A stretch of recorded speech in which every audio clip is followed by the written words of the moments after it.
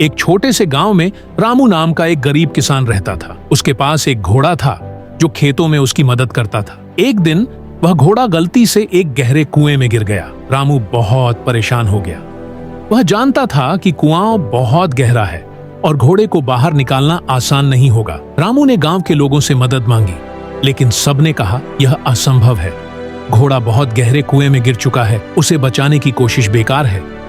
कुछ लोगों ने तो यह तक कह दिया कि कुएं को मिट्टी से भर देना चाहिए ताकि घोड़े को कष्ट से छुटकारा मिल जाए। रामू को यह विचार पसंद नहीं आया, लेकिन उसके पास और कोई रास्ता नहीं था। उसने सोचा कि अगर घोड़े को बचा नहीं सकता तो कम से कम उसे तकलीफ से जल्दी मुक्त कर देना चाहिए। उसने गांव वालों की मदद से कुएं में मिट्टी डालनी शुरू कर दी। जैसे ही मिट्टी घोड़े पर गिरने लगी, उसने एक चौंकाने वाली प्रतिक्रिया दी।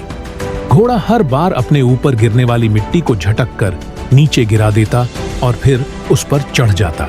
धीरे धीरे मिट्टी का स्तर बढ़ता गया और घोड़ा ऊंचा उठता गया। गांव वाले यह देखकर हैरान थे। कुछ ही घंटों में घोड़ा कुएं के ऊपर तक आ गया और एक जोरदार छलांग लगाकर बाहर आ गया। रामू की आंखों में आंसू थे, खुशी के आंसू।